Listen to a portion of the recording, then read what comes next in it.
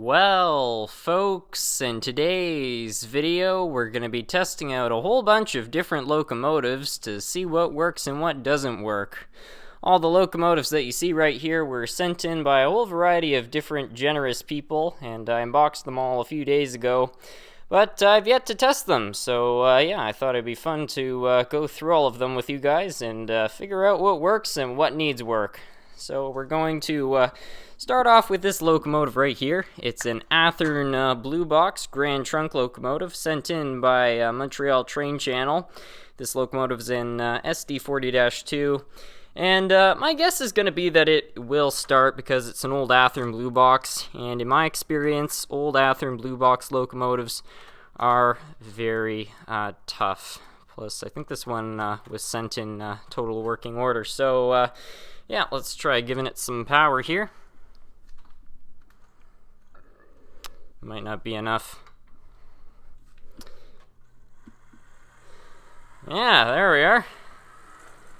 It's a fine runner in one direction. Now let's try flipping it around there.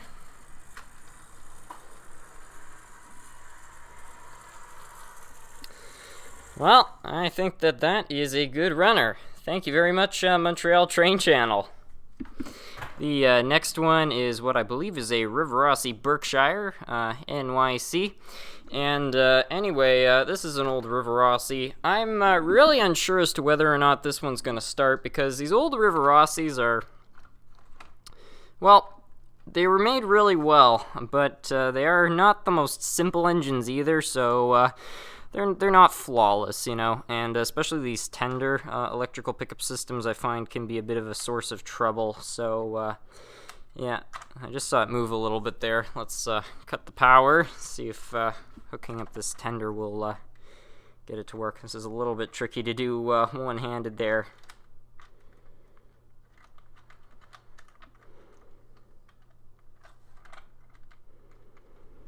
Okay, there we are. Let's give this thing some power. Maybe a little bit more. Okay, there we go. A lot of power. Yeah, it's funny. When we were setting this thing up, I saw it move a little bit, but it doesn't seem to want to go now, which is sort of interesting. I don't know. You can kind of see when I wiggle the tender. Like it wants to go, it's just not doing it. But, yeah, a great locomotive nonetheless, and I'm pretty confident we'll be able to get it working. I'm actually going to create a separate pile here. This will be the doesn't work pile, this will be the working one right there. Anyway, another locomotive from the same person, Fish and Other Stuff, and this is a Erie Lackawanna. I don't know the exact kind, but it's pretty nice. It's an old Bachmann. I just noticed, too, it's got the same cover as the Centennial, I guess, for, I don't know if it has sound or not there. Anyway, let's cut the power here. I just heard it move a little bit, so I'm pretty confident this one's going to start.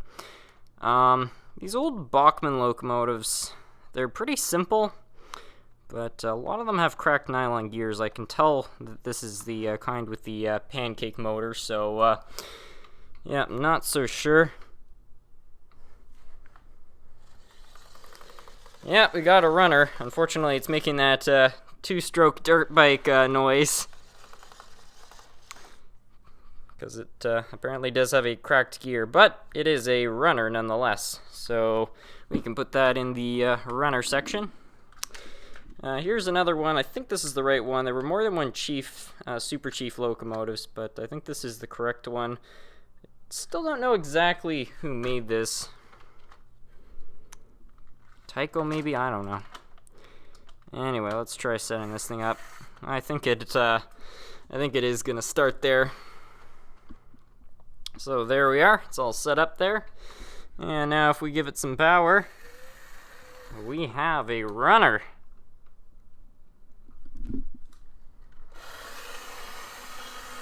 Yeah. That's not bad. I think it needs some adjustments with the trucks there, but it did start nonetheless. Now, the rest of them you see right here, this is from all from one man, which is Charles. of Super 8 and 8mm movies. And anyway, this is the first one. It's a Chattanooga Tyco diesel. I am really unsure as to whether or not this thing is going to start, because on one hand, these old Tycos are not terribly complicated locomotives. On the other hand, they're also not very known exactly for being reliable, so it's really hard to tell if this thing's going to start. And evidently this one doesn't work. We can tell that it's getting power because the light's coming on, but either a broken wire or a problem with the brushes is causing this one not to work. Maybe a dead motor. So we'll put that one in the not working section.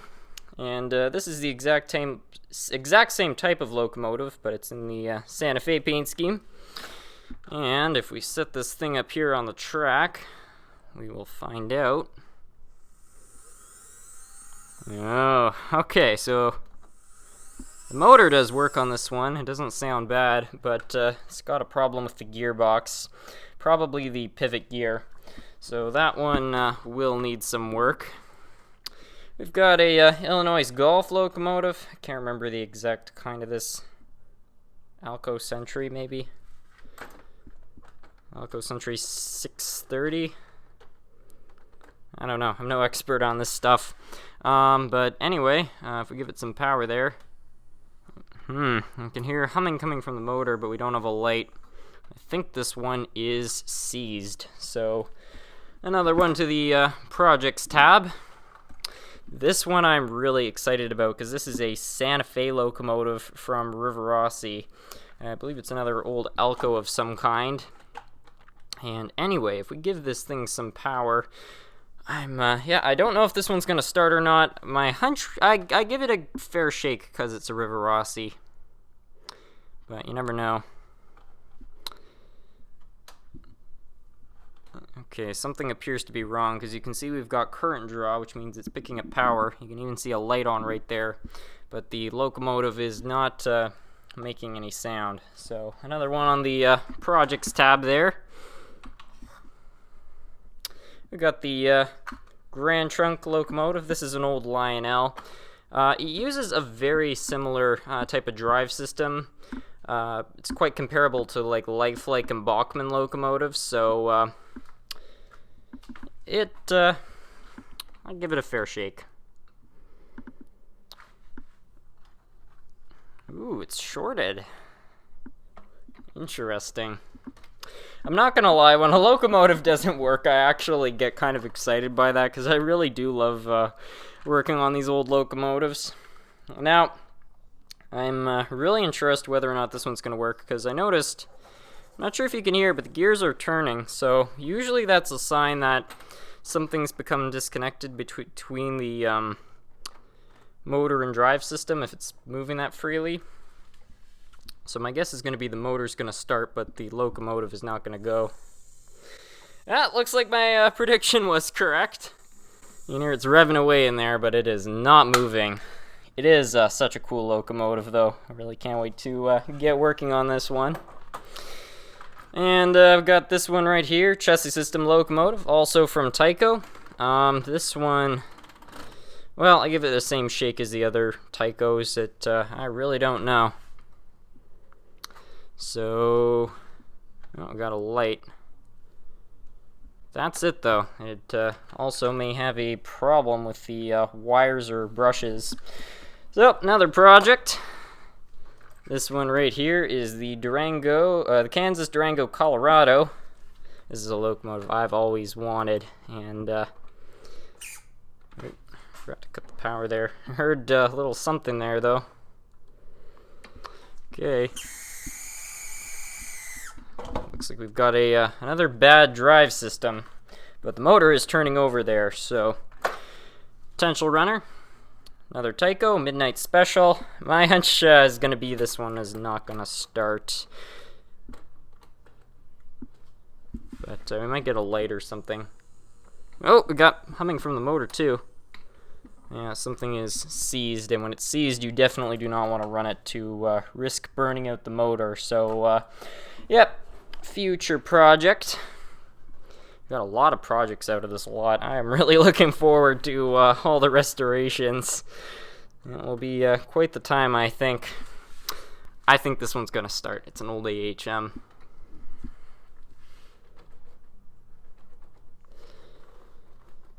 Well, that one's not starting, but it's also not showing any signs. The motor's not making any noise, so I think it's just a broken wire on the inside, honestly.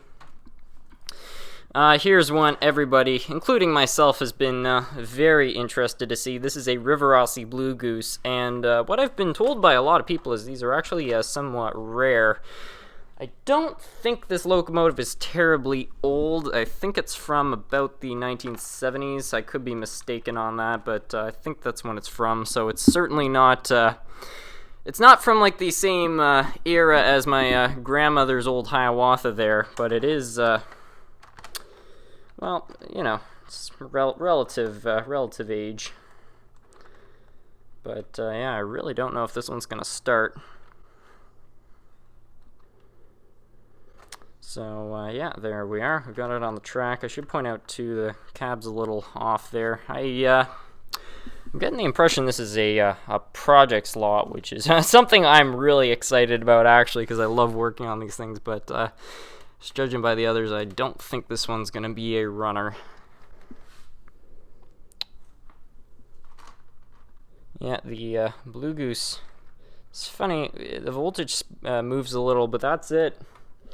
It does not seem to want to go. So, yep, future project locomotive. This next one right here, I give it about the same chances as the others. Again, I'm starting to think this is all just a... project lot, and I noticed too, I think this one has the same, yeah, a locomotive should not be freewheeling that much. There's definitely a drive system problem with it. And got working light, and that's about it. But the little work, I'm sure it could be a fine runner. This is a, I think it's a really old lifelike. My guess is going to be this one will start. I don't think it's going to run necessarily because it's got a whole variety of different problems. I just noticed too, it doesn't have any bands, but the motor might just turn over on this one. Ah, my prediction was correct. These old lifelikes, at least I think this is a lifelike, they were never known for being the highest quality, but they were designed fairly well, and I find they... have been pretty reliable for what people paid for them back in the day. Part of why I'm a team lifelike. This right here is an old Rivarossi locomotive, Amtrak GG1.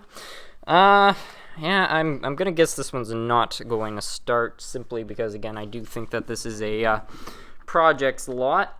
So, but you never know. Again, Rivarossis are fairly tough locomotives, so it might just need cleaning and lubrication. Whatever the case, we're giving it some power there. We got a high current draw, and we got some working lights. But she is not going. So, yeah, another project locomotive. And we've got this locomotive. This is a Tyco Southern locomotive. And yeah, we've already got the power at the right amount. Really all we need to do is set this thing up. This one is missing some parts too, like the front of the cab. So yeah, it should be wow. It's maybe a little rough looking on the outside, but this one actually does seem to run. Just needs maybe some new traction tires, a little cosmetic detail. And I think we got a fine runner on our hands. This one is just a dummy. I don't know if it has a light or not, though, so I guess we can test that out and find out what we've got. So we'll set that all up right there. And we'll give it some power. Yeah, this is just a classic dummy. It's still pretty cool, though. It's also by Model Power. These are pretty tough. I mean, dummy engines, you'd have to do something pretty crazy to break a dummy engine. Now, this is that one that was in that bag. There's some weird stuff going on with it, as you can see. So my guess is going to be the motor might start, but the locomotive is probably not going to run. Before I do this, though, I'm just going to turn down the power there. You just never know what it's going to do. Doesn't appear to be picking up any power. I suspect that's due to the state of the brushes right there. So that one doesn't run. And then some of you might remember this last one. This is the old Spirit 76 locomotive. I noticed it's got this on it. I think these are some old glow strips or something. And anyway, last time you all saw this, this was in pieces. I just put the wheels back in to test it, but I still don't know if the motor works on it, so we'll have to see. You never know, you know. Sometimes the exterior condition can be deceiving. And, oh, we've got a light, but the motor does not appear to start. So it looks like this one is another project. Anyway, I want to thank Montreal Train Channel. I want to thank Fish and Other Stuff for the 2 locomotives in the Berkshire there. And I want to thank Charles so much for basically all the locomotives, except this one from Fish and Other Stuff. Because even though these things do not run, I really love fixing up locomotives. And whenever a locomotive doesn't run, that actually really excites me. It's a big part of the fun. So thank you so much for sending all this stuff, because I really cannot wait to get my hands on working on it. Anyway, I want to thank you all so much for watching. I had a lot of fun testing these, and it looks like we're going to have a lot of restoration videos in the not-so-distant future, so stay tuned for that.